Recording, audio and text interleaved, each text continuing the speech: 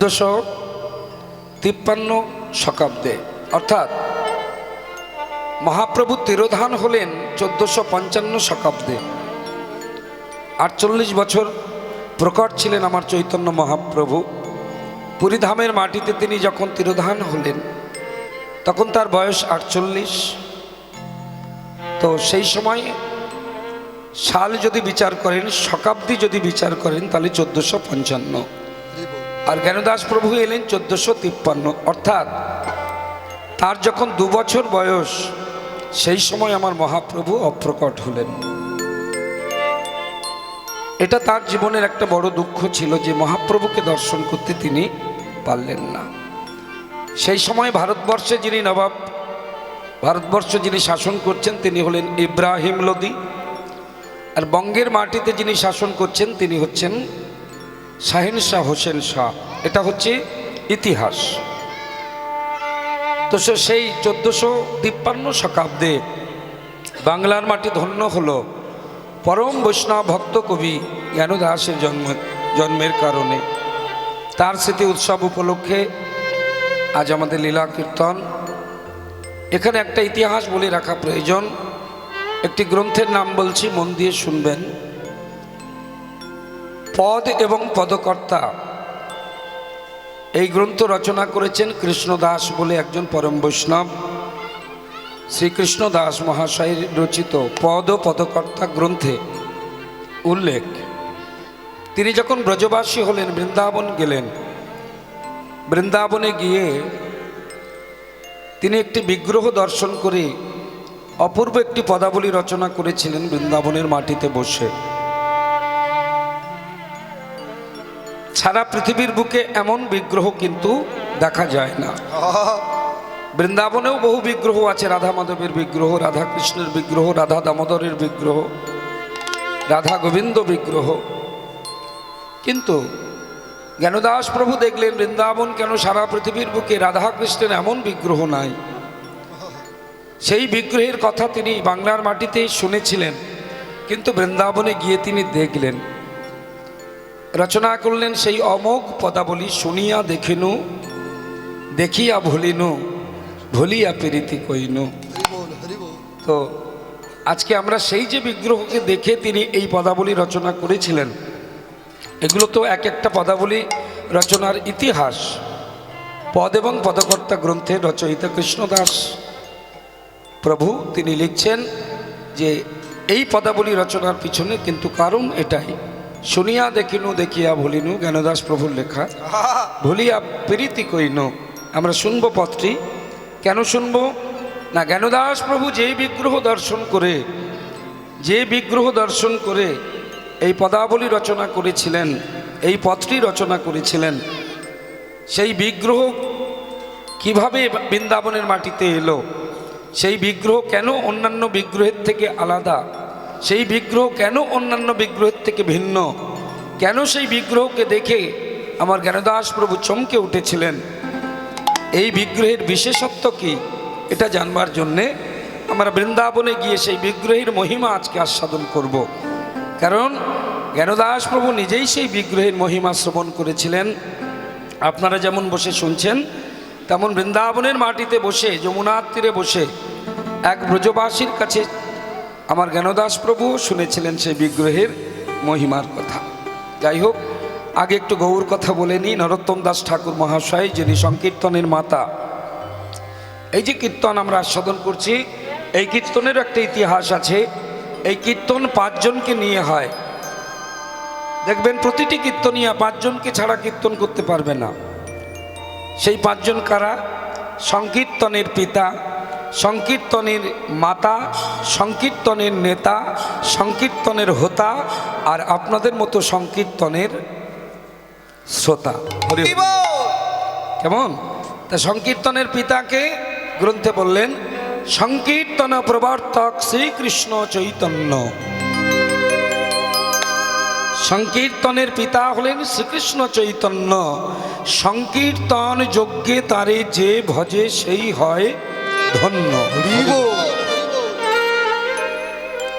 তাহলে সংকীর্তনের পিতা শ্রীকৃষ্ণ চৈতন্য, আর সংকীর্তনের মাতাকে এই যে সংকীর্তনের নিয়মাবলী, পদাবলী কীর্তন, লীলা কীর্তনের প্রারম্ভে যে গৌরচন্দ্রিকা আমরা আস্বাদন করি, ব্রজভাবে বিভোর হয়েছেন গৌরাঙ্গ, রাধাভাব জাগলে গৌরচন্দ্রিকা, কৃষ্ণভাব জাগলে গৌরচন্দ্র, আর এছাড়াও গৌরচন্দ্র আছে, সেটা হলো সর্বকালোচিত গৌরচন্দ্র, যেটা আমরা আস্বাদন করছি।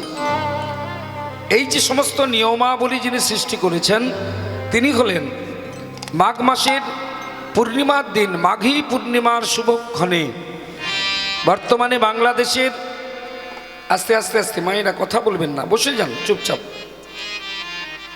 মাঘী পূর্ণিমার পূর্ণ শুভক্ষণে বর্তমানে বাংলাদেশের খেতুড়িতে মহারাজ কৃষ্ণানন্দের ঔরসে নারায়ণী দেবীর গর্ভে জন্ম নিয়েছিলেন আমার নরোত্তম দাস ঠাকুর মহাশয়। হরি বল। তিনি এই সংকীর্তনের মাতা, তাকে আমরা বলি, মা তাকে বলি আমরা, যিনি সংকীর্তনকে লালন পালন করেছেন, নিয়মাবলী সৃষ্টি করেছেন, তাই তাকে আমরা বলি সংকীর্তনের মাতা। তাহলে পিতা গৌরাঙ্গ, মাতা নরোত্তম। এইবার বলি সংকীর্তনের নেতা। নেতা কেন? সেই সংকীর্তন, যে সংকীর্তন মহাপ্রভু সৃষ্টি করলেন, সেই সংকীর্তন জগতে যিনি প্রচার করেছেন, তিনি হলেন আমার শ্রীপাদ নিত্যানন্দ প্রভু। সবাই মিলে একটু জয়ধ্বনি করবেন। অবধূত শ্রীপাদ নিতাই চাঁদ কি জয়। উলুধ্বনি নয়, জয় বলুন, জোরে বলুন, আমার পরেই বলুন, নিতাই চাঁদ কি জয়। জয় দেওয়া হচ্ছে না, সুরে বলতে হবে, সুরে জয়, এইরকম পারবেন? নাম দাতা প্রেম দাতা দয়াল নিতাই কি জগৎগুরু শ্রীপাদ নিত্যানন্দ প্রভু কি জয়। সুর পরম ব্রহ্ম, পরম পরম ব্রাহ্মণ যারা আছেন, কুলীন ব্রাহ্মণ, আমার জ্ঞানদাস প্রভুও ছিলেন রাঢ়ীয় ব্রাহ্মণ কুলে তিনি জন্মগ্রহণ করেছিলেন। রাঢ়ীয় ব্রাহ্মণ কুলোদ্ভব আমার জ্ঞানদাস প্রভু। তো ব্রাহ্মণ যারা, কুলীন ব্রাহ্মণ হয় যারা, দেখবেন তারা মন্ত্র উচ্চারণ করে সুরের মধ্য দিয়ে। কি মায়েরা, তাই তো? কেন? যদি মন্ত্র উচ্চারণে কোনো ত্রুটি থাকে, তাহলে সুরের মধ্য দিয়ে যদি বলেন, পরম ব্রহ্মের সংস্পর্শে যদি সেই মন্ত্র থাকে, সুরের সংস্পর্শে যদি থাকে, তাহলে সেই অপরাধ থেকে মুক্তি লাভ করা যায়। সুতরাং জয়ধ্বনিটাও সুরে। তাহলে নিতাই চাঁদ হলো নেতা। কেমন? পিতা গৌরাঙ্গ ভুলে যাবেন না, মুখস্থ করে নিন। সংকীর্তনের পিতা হলো চৈতন্য, মাতা হলেন নরোত্তম, নেতা হলেন নিত্যানন্দ। এরপরে এলো হোতা। হোতা মানে পুরোহিত। আমাদের হিন্দু ধর্মের সবচেয়ে বড় পূজা কাকে বলে? বড় পূজার নাম কি? দুর্গা পূজা। কেন বড় পূজা? কি জানি বললে তো হবে না। দুর্গা পূজা পঞ্চমী থেকে শুরু হয়, পঞ্চমী, ষষ্ঠী, সপ্তমী, অষ্টমী, নবমী, 4-5 দিন ধরে পূজা। আর কালী পূজা একদিন বলবেন না, এক রাত। আবার সব পূজা দিনে নয়, সব পূজা রাতে নয়, নাকি? সরস্বতী পূজা ওটা আবার রাতে নয়, একদিনের পূজা। তাহলে অন্যান্য দেবদেবীর পূজা এক রাত বা একদিনের, কিন্তু দুর্গা পূজা 4, এই জন্য বড় পূজা বলে, তাই তো? কিন্তু আপনারা কি জানেন, বাংলার মাটিতে সবচেয়ে বড় পূজা করেছিলেন আমার অদ্বৈত আচার্য, যিনি একটানা 12 বছর ধরে গঙ্গার তীরে বসে তিনি গৌরাঙ্গকে আহ্বান করেছিলেন, নিতাই গৌর হরি হরি হরি। এসো এসো প্রভু নদিয়া। এইভাবে এসো এসো প্রভু নদিয়া, এসো প্রভু নদিয়া, এসো এসো প্রভু নদিয়া, এসো এসো প্রভু এই ধরা, এসো এসো প্রভু এই ধনা, এসো এসো প্রভু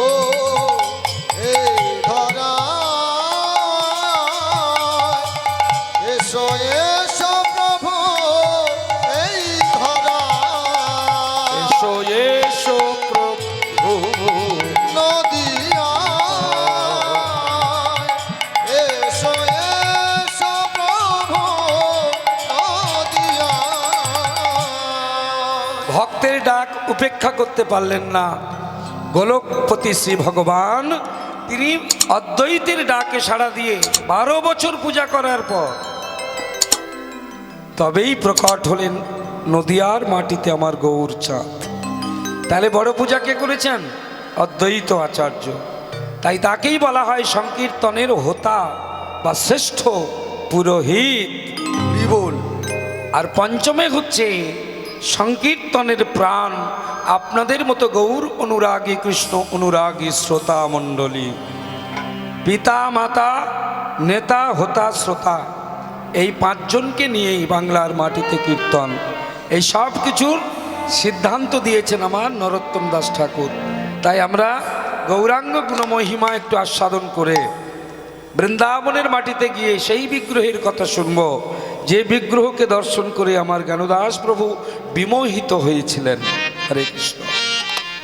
চলুন, নিতাই চাঁদের নামে জয় দেওয়া হয়েছে, এবার আমরা যাব মধুর বৃন্দা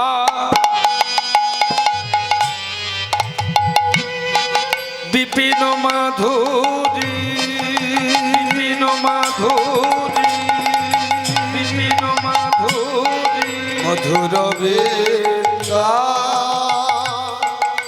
বিপিন মধুরে প্রবেশ প্রবেশ প্রবেশ চাতুরী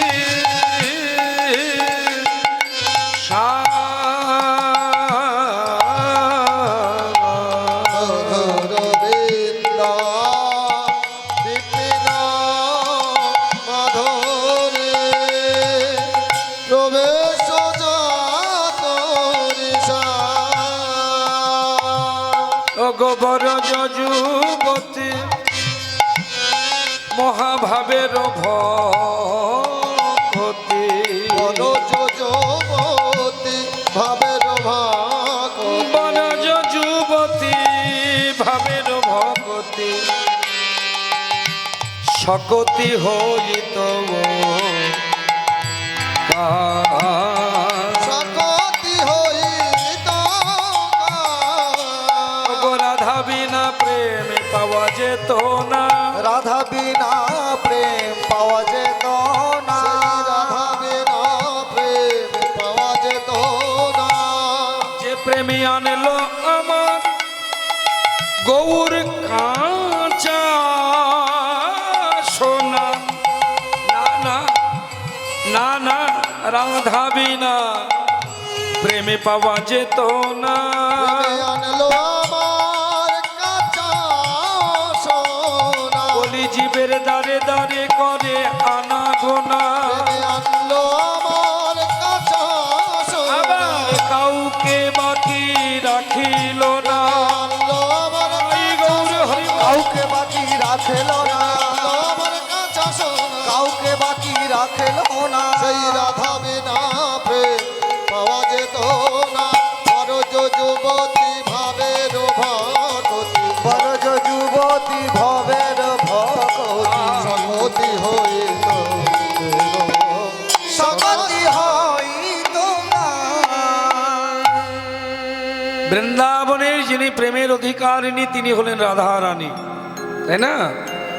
বৃন্দাবনে গিয়ে সেই জন্য কি বলে ডাকতে হয়, কি বলতে হয়? রাধে রাধে, নাকি?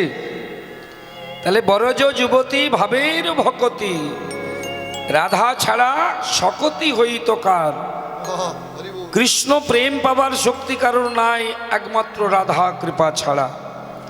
যেমন নিতাই কৃপা ছাড়া গৌর পাওয়া যায় না, তেমন রাধা কৃপা ছাড়া কৃষ্ণ পাওয়া যায় না।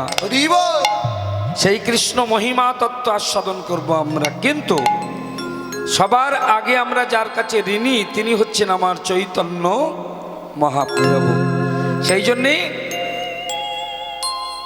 বৈষ্ণব কবি বলছেন, যদি গৌর না আসতো তাহলে আমাদের কিমতি হইত, কিমনে ধরিতাম দে। দে মানে কি? দে মানে হচ্ছে আমাদের এই দেহগুলো। কুকুর ছাগল গরু ভেড়া সবাই দেহ ধরেছে, আর আমরা যারা এখানে বসে আছি আমাদের বলে মনুষ্য।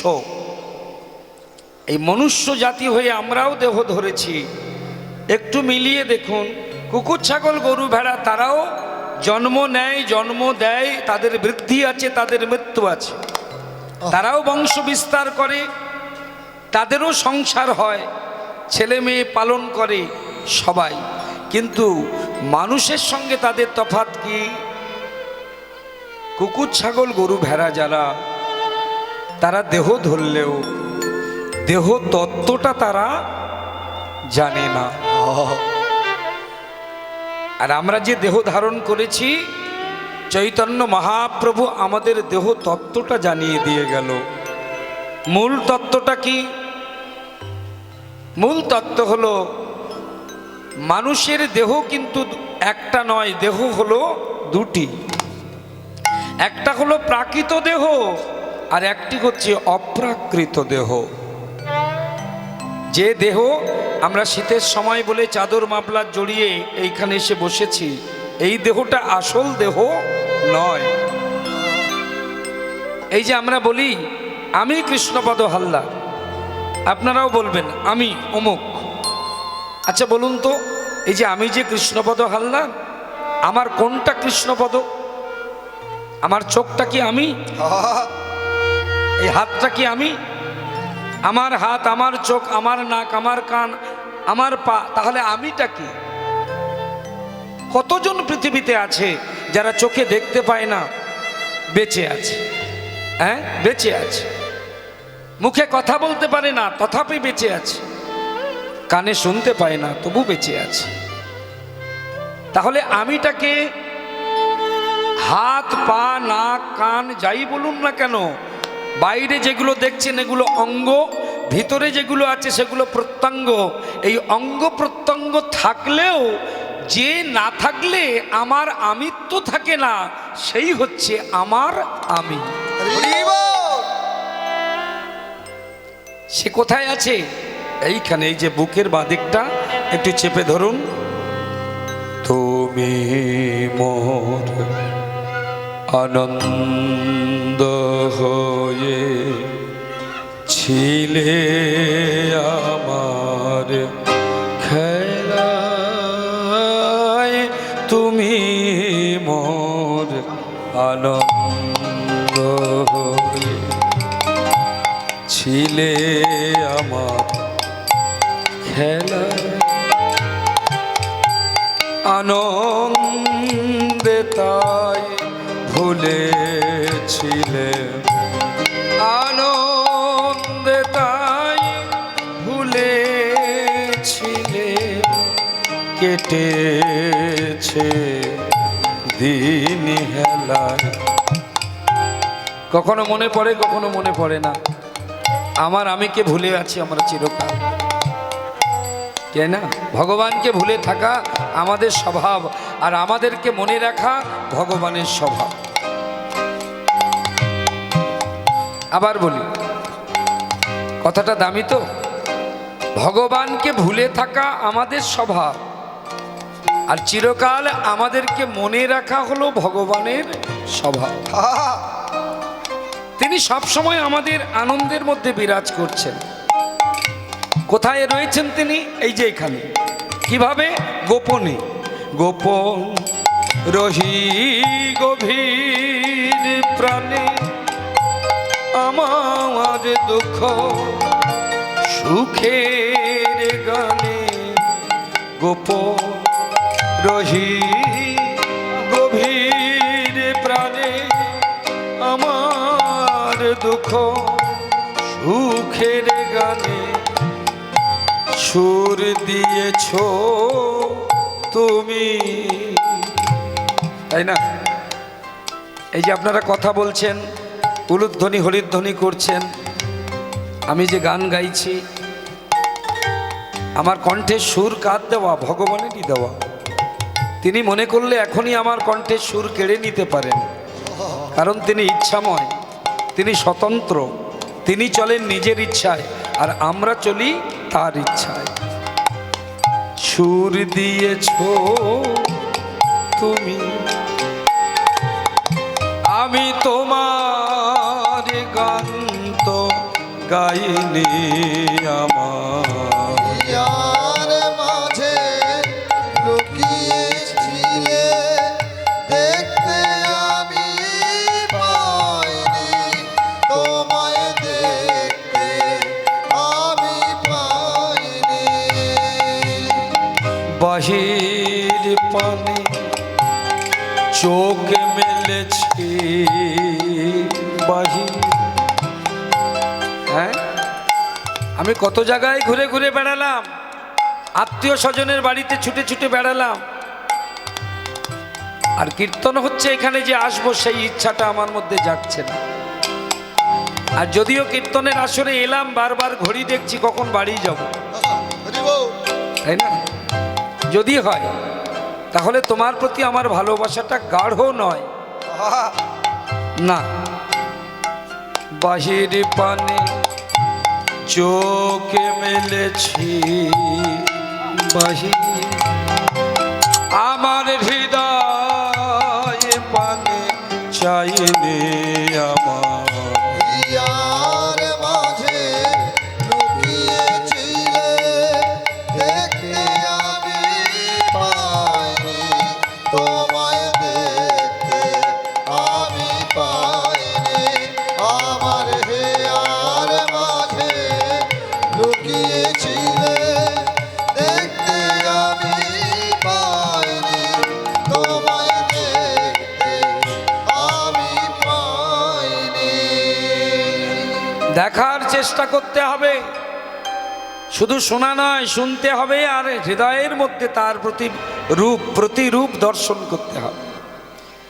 শুনতে শুনতে শুনতে শুনতে যেদিন হৃদয়টা শোনার হৃদয় হবে, সেই হৃদয়ের মধ্যে ভগবান এসে দেখা দেবে। হ্যাঁ গো, তো এই কলিযুগের মাটিতে যিনি ভগবান হয়ে এসেছেন, তিনি চৈতন্য মহাপ্রভু, প্রেম দিলেন রাধারানী, সেই প্রেম গ্রহণ করে নদিয়ার মাটিতে গৌর হয়ে এসেছেন। তাহলে আমরা আগে কৃষ্ণ নাম করব, আগে রাধা নাম করব, না আগে গৌর নাম করব? হরি বল। মনে রাখবেন, সাধকগণ বলছেন, মহাজনগণ বলছেন, বৃন্দাবনে দর্শনে যাবার পূর্বে, ব্রজ দর্শনে যাবার আগে, নবদ্বীপে যাও, আগে গৌরাঙ্গ কৃপা লাভ করো। হৃদয় গৌর হরি বল। গৌর যদি তোমার কৃপা না করে, তুমি ব্রজের রস আস্বাদন করতে পারবে না।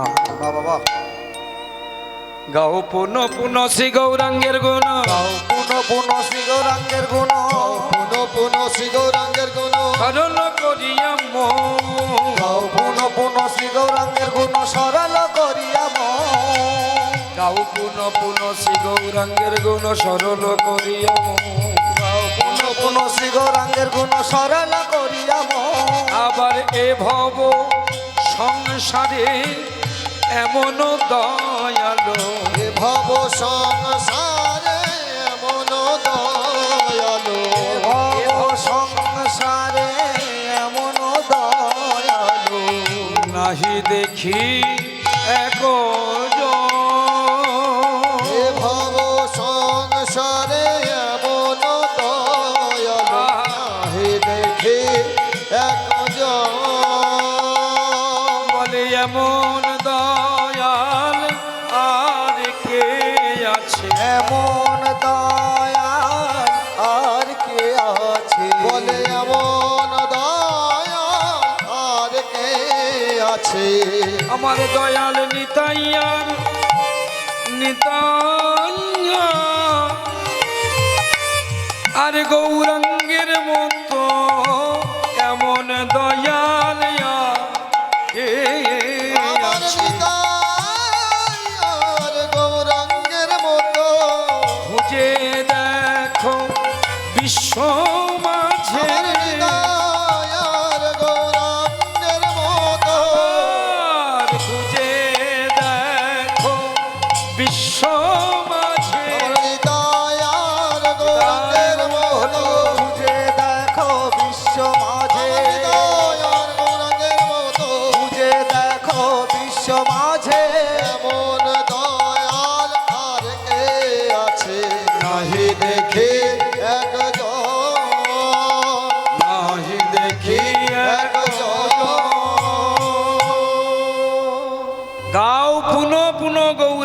গৌরাঙ্গের গুণ। শয়নে স্বপনে নিদ্রায় জাগরণে যখনই সময় পাবে গৌর গুণ গাও। বাসি কাপড়ে বলা যাবে, আনমনা হয়ে বলা যাবে, ঘুম থেকে উঠেই বসে বিছানায় বসে গৌর গৌর বলা যাবে, নিতাই নিতাই বলা যাবে। কেন বলছে? নিতাই চৈতন্যের নামে নাহি অপরাধের বিচার। আস্তে আস্তে, নিতাই চৈতন্যের নামে নাহি অপরাধের বিচার। নাম লইলেই হয় প্রেম বহে অশ্রুধার। যেভাবেই বলবেন, কিন্তু কৃষ্ণ নাম যদি বলতে হয় তবে সাবধান হয়ে বলতে হবে। কেন? যদিও একবার কৃষ্ণ নামে যত পাপ হরে পাপীর সাধ্য নাই তত পাপ করে, কিন্তু হেন কৃষ্ণ নাম জীব যদি লয় বহুবার, তথাপি যদি না হয় প্রেম, যদি না বহে অশ্রুধার। হরি বল। তবে তো জানি হ অপরাধ আছয়ে প্রচুর। প্রেমহীন কৃষ্ণ নাম যদি বলেন, অপরাধের ভয় আছে। তাহলে কৃষ্ণ নামে অপরাধ ভয় দুষ্ট না। কৃষ্ণ নাম বীজে তবে না হবে অঙ্ক। অসুখ হলে আমরা ওষুধ খাই, তাই তো? ভবব্যাধিতে আমরা সবাই ব্যাধিগ্রস্ত। ডাক্তারখানায় এমনি মানুষ যায় না, এমনি এমনি যায় না। ডাক্তারখানায় কখন যায়? যখন শরীর খারাপ হয়, যখন মানুষ অসুস্থ হয়। তো যারা ভবব্যাধিগ্রস্ত তারাই তো ছুটে আসে ভগবানের কাছে, তাই না? আপনারাও তাই, আমিও তাই। কিন্তু দুই রকমের ওষুধ এখানে ব্যবহার করা হচ্ছে। একটা হলো হোমিওপ্যাথি আর একটা হলো অ্যালোপ্যাথি। আগে বলি হোমিওপ্যাথি ওষুধের একটা বিশেষ ব্যাপার আছে। ডক্টর হনিম্যান বলছেন যে হোমিওপ্যাথি ওষুধের মধ্যে অ্যাটমিক পাওয়ার আছে। অ্যাটমিক পাওয়ার মানে এক ফোঁটা ওষুধের কাজ আছে। ওই জন্যে এই রবিবার এক ফোঁটা, ওই রবিবার এক ফোঁটা। যাদের বিশ্বাস নেই তারা হোমিওপ্যাথি খাবেন না। এই হোমিওপ্যাথি ওষুধ আমার কৃষ্ণ নাম, এক ফোঁটাতেই কাজ। একবার কৃষ্ণ নামে যত পাপ হরে পাপীরও সাধ্য নাই তত পাপ করে। কিন্তু ওই যে হোমিওপ্যাথি ওষুধের বাধা একটা আছে, তেঁতুলের টক খাওয়া যাবে না, আর একটা জিনিস খাওয়া যাবে না, ওটা মাইকে বলাও যাবে না। তো ওগুলো যদি খান তাহলে কি হবে? ওষুধের গুণাগুণ নষ্ট হয়ে যাবে। ঠিক তেমন প্রেমহীন নাম যদি করেন কৃষ্ণ নাম, তাহলে এক ফোঁটাতে কাজ হলেও প্রেমহীন নাম বললে সেই নামে কোনো ক্রিয়া নাই। হরি হরি বল। আর আমার গৌর নাম হলো অনেকটা অ্যালোপ্যাথি ওষুধের মতো। সকালে, দুপুরে, সন্ধ্যায়, খাওয়ার আগে, খাওয়ার পরে আপনি যদি একদিন খেতে বন্ধ করে দেন, খাওয়া বন্ধ করে দেন, বলছে কোর্স কমপ্লিট না করলে তোমার ওষুধের কোনো কাজ হবে না। পুনঃ পুনঃ শ্রী গৌরাঙ্গের গুণ, পুনঃ পুনঃ শ্রী গৌরাঙ্গের গুণ, পুনঃ পুনঃ শ্রী গৌরাঙ্গের গুণ সরল করিয়া মন, পুনঃ পুনঃ শ্রী গৌরাঙ্গের গুণ সরল করিয়া মন। এ ভব সংসারে এমন দয়া, সংসারে এমন দয়া, এ ভব সংসারে এমন এ ভব সংসারে এমন দয়া। নাহি দেখি নাহি দেখি নাহি দেখি খোঁজ, এ ভব সংসারে এমন দয়া নাহি দেখি খোঁজ। এই গৌরের মতো এমন দয়াল আর নাই গো। কিন্তু আমরা কি করলাম? আমরা কি করলাম? সংসার ভোজিলি গোরা না ভজিয়া, কেমনে ধরিনু দে গো। সংসার ভোজিল গোরা না ভজিয়া, কেমনে ধরিনু দে গো। ওরে সংসার ভোজিলি, সংসার ভজিলি গোরা না ভজিয়া, কেমনে ধরিনু দে গো। সংসার গোরানা ভজিয়া কেমনে ধরিনু দেখো। সংসার ভজন করে গেলাম, গৌর ভজন করলাম না। আচ্ছা, সংসার ভজন করা কি পাপ, অপরাধ? সংসার ছিল বলেতেই হরিনাম বাসর হচ্ছে, হচ্ছে না? নবদ্বীপ, শ্রীধাম, বৃন্দাবন, ওই ধামের যারা মাহান্ত আছেন তারা ভিক্ষা করেন কোথায়? সাধুরা সাধুদের ভিক্ষা দেয়? সাধুরা পাবে কোথায়? সাধুরা ভিক্ষা করে সংসারী মানুষের কাছে। হরি হরি বল। সংসারের তিল তিল করে অর্থ সংগ্রহ করে তবেই হরিবাসর রূপ তিলোত্তমা। তবে সংসার মন্দ নয়, সংসার ভালো, কিন্তু সংসারের একটা জিনিস খারাপ। সেটা কি বলুন তো? সংসারের বাসনাটা খারাপ। আর কবে নিতাই চাঁদ করুণা করিবে, বিষয়ের বাসনা মোদের কবে তুচ্ছ হবে। এই বাসনাটা যদি দূর না করতে পারেন, কে করবে? আমরা করতে পারবো না? না না। এই যে আমাদের পেটের মধ্যে কিডনি আছে, কিডনি বোঝেন কোন জায়গায় আছে? এইখানে। তা দুখানা কিডনি আছে। আপনি পরীক্ষা করে জানতে পারলেন আপনার কিডনিতে পাথর পড়েছে। ডাক্তার বলল অপারেশন করতে হবে, খরচা অনেক, 35-40 হাজার টাকা। তা আপনি মনে মনে চিন্তা করলেন, দূর বাবা, এত খরচা কেন করতে যাব? কিডনি কোথায় আছে আমি তো জানি, আমি তো জানি। দোকান থেকে একটা ব্লেড কিনে নিয়ে এলেন, 3 টাকা দামের ব্লেড কিনে এনে নিজেই, খবরদার করতে যাবেন না, খবরদার। কেন? এই অপারেশন করা যারা অভ্যাস করেছে, যারা প্র্যাকটিস করেছে, যারা অধিকার পেয়েছে, সেই সার্জিক্যাল ডাক্তার যারা, সার্জন যারা, তাদের দ্বারস্থ হতে হবে। কারণ তারা অধ্যাবসায়ের মধ্য দিয়ে ওই কিডনি থেকে পাথর নিপুণ হাতে বের করার অভ্যাসটা তারা করেছে, তাই তারা পারবে। আমরা চেষ্টা করলে হবে না। তাহলে বিষয়ের বাসনারূপ ওই পাথর, বিষয়রূপী কিডনির বাসনারূপ পাথর যদি বের করতে হয়, আমার নিতাই আমার গৌর ছাড়া আর কেউ নয়। নিতাই গৌর হরি হরি হরিব। সংসার ভজিলে গোরানা ভজিয়া কেমনে ধরিনু দেগো। সংসার ভজিলে গোরানা ভজিয়া কেমনে ধরিনু দেখো। এই পদাবলীটি একটি বিতর্কিত পদাবলী।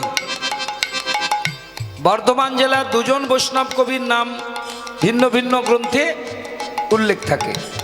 একটা হচ্ছে আপনাদের ঘরের ছেলে বাসুদেব ঘোষ মহাশয়, যিনি শুধু পদকর্তা নয়, যিনি ছিলেন মহাজন কীর্তনিয়া। এই যে পাশু ঘোষ শ্রীপাঠ আমি কীর্তন করেছি ওখানে। তো ওনারা 3 ভাই ছিল না? বাসুদেব ঘোষ, আর কি মেজ ভাইয়ের নাম গোবিন্দ ঘোষ, আর ছোট ভাইয়ের নাম মাধব ঘোষ। এই 3 জন ছিলেন কীর্তনিয়া, শুধু পদকর্তা নয়। শাস্ত্রে উল্লেখ, গোবিন্দ মাধব বাসু 3 ভাই, যাদের কীর্তনে নাচেন আমার চৈতন্য গোসাই। হরিব।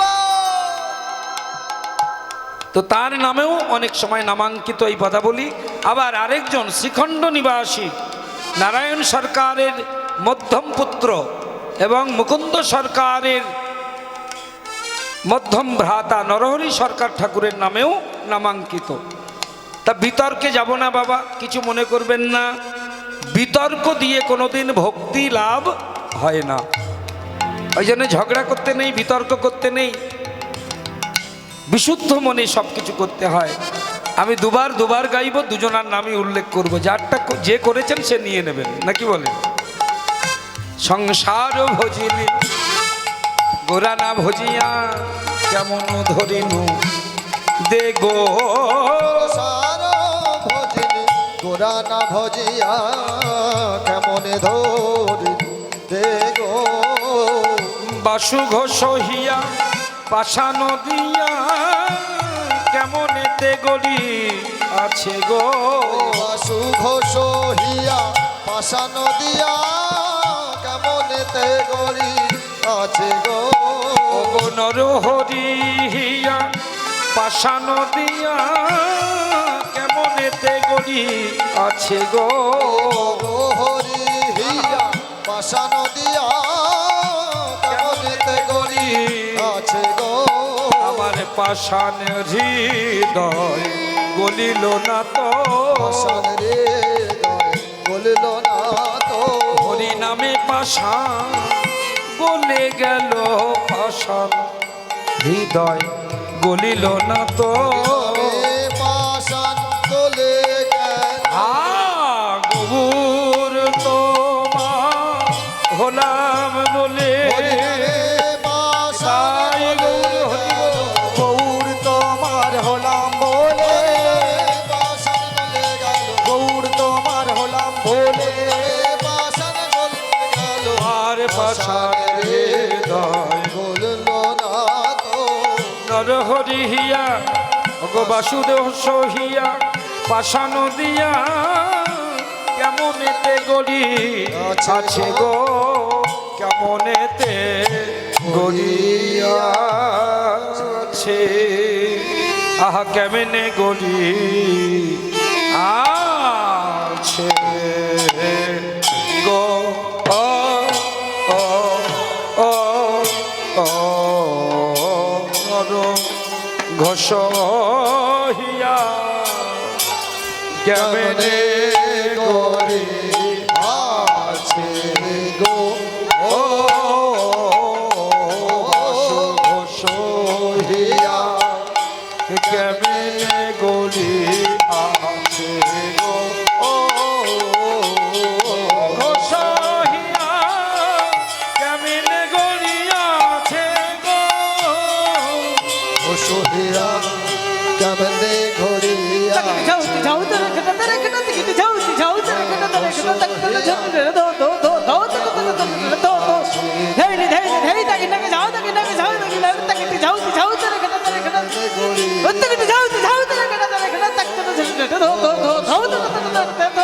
কেমনে ঘড়ি ও ঘোষ হিয়া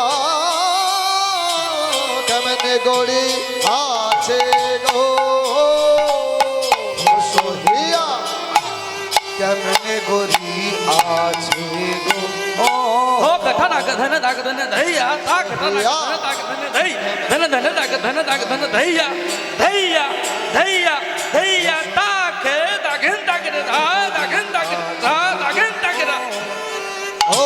ঘোষ হিয়া কেমনে গড়ি আছে গো ও ও ঘোষ হিয়া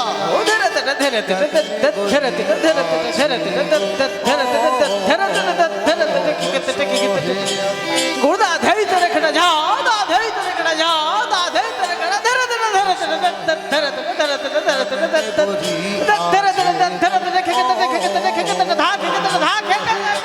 ও ঘোষ হিয়া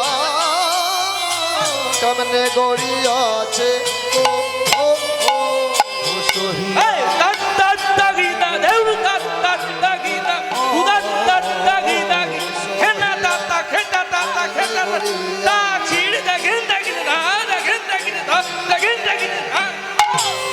ঘোষ হিয়া কেমনে গড়ি আছে গো বাসু ঘোষ হিয়া কেমনে গড়ি আছে গো হরিবাল হরিবাল ঘোষ হিয়া কেমনে গড়ি আছে গো ঘোষ হিয়া কেমনে গড়ি আছে গো বাসু ঘোষ হিয়া কেমনে গড়ি আছে গো ঘোষ হিয়া কেমনে গড়ি আছে গো কেমনে গড়ি আছে গো ঘোষ হিয়া উলুক ধ্বনি মায়েরা প্রেম সে বলো তাই গৌর হরিব আছে আছে গো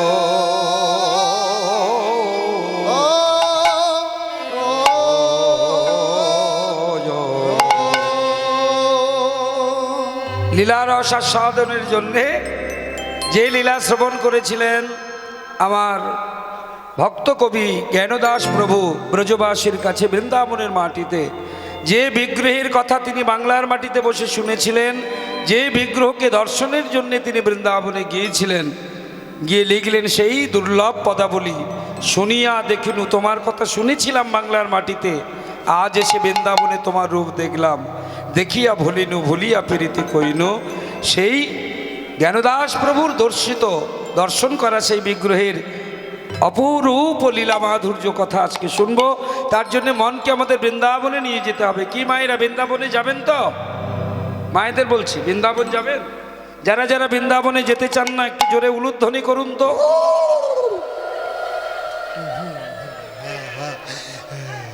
দেখছেন কত মন দিয়ে কীর্তন শুনছেন, শুধু সামনে দখল করেছেন জায়গা। এই জন্য বাড়িতে অশান্তি হয়, রাগ করো না। আমি বললাম যারা বৃন্দাবনে যেতে চান না একটু উলুধ্বনি করুন। তা উলু দিলেন মানে কি যাওয়ার ইচ্ছা নেই? না না, তা নয়। আসলে আমাদের বাঙালিদের একটা সুনাম আছে জানেন তো, আমরা পরের কথা বেশি মন দিয়ে শুনি। বল। হ্যাঁ, এই জন্য আমাদেরকে বলে হিড়িকে বাঙালি। বল। বাঙালি ঘরে ছেলের জন্মদিন পালন হবে, কেক কাটা হবে, বাতি নেবানো হবে। কেন? ওটা তো ইংরেজদের নিয়ম। আমাদের পায়েস রান্না করা হবে, বাচ্চার মুখে দেওয়া হবে, প্রদীপের তাপ দেওয়া হবে, এটাই তো বাঙালির নিয়ম। না না, আমরা কেক কাটবো কেন? ওটা বিদেশি কালচার, এটা আমাদের স্বভাব। আমরা একটু অন্যের কথা শুনে চলি, তাতে কোনো যায় আসে না, ওটা বাদ দিয়ে দিন, নাকি বলেন? চলুন সবাই মিলে একবার বলুন, রাধা রানী কি জয় বিশ্বভানুরাজ নন্দিনী কি, জয় কৃষ্ণ বক্ষ বিলাসিনী কি, জয় বলো রাধা রানী কি, জয়। বলো রাধা রানী কি, বলো রাধা রানী কি। তাহলে সবার যাবার ইচ্ছা আছে তো? যাদের যাদের আছে একটু জোরে উলুধ্বনি দিন দেখি। হ্যাঁ, হরি বল। তবে একটা কথা মন দিয়ে শুনে রাখুন, বৃন্দাবনে গিয়েছেন তো গিয়েছেন, যদি না গিয়েছেন একটা কথা বলে রাখি, যখন তখন বৃন্দাবনে গেলে চলবে না। খুব মন দিয়ে শুনবেন। যখন তখন গেলে ওই যে পূজার ছুটি পড়লো, চলো ছেলে মেয়ের স্কুল নেই, চলো একটু ঘুরে আসি, চলো। চলে গেলেন, ও হবে না। তারপরে গরমের ছুটি পড়েছে, এখন একটু ফাঁক আছে, অফিস কাছারি বন্ধ আছে, চলো যাই ঘুরে আসি। না, যান, তাতে দুঃখ নেই, কিন্তু বৃন্দাবনের সেই যে গূঢ় রহস্য যদি জানতে হয়, তবে ভগবানের পছন্দের কিছু তিথি আছে, সেই তিথিতে বৃন্দাবনে যেতে হয়। ভগবানের পছন্দের তিথি আছে, যে তিথিগুলোতে সারা পৃথিবীর কৃষ্ণ ভক্তেরা এসে ভিড় করে মধুময় সুধাম বৃন্দাবনে। বল।